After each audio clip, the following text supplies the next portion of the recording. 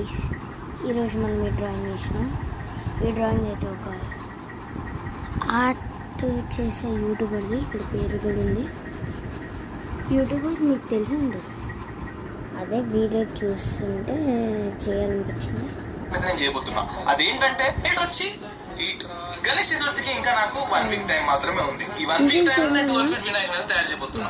ఇది చాలా కష్టం అన్నమాట. చాలా చాలా తక్కువ టైమే పడ్డది,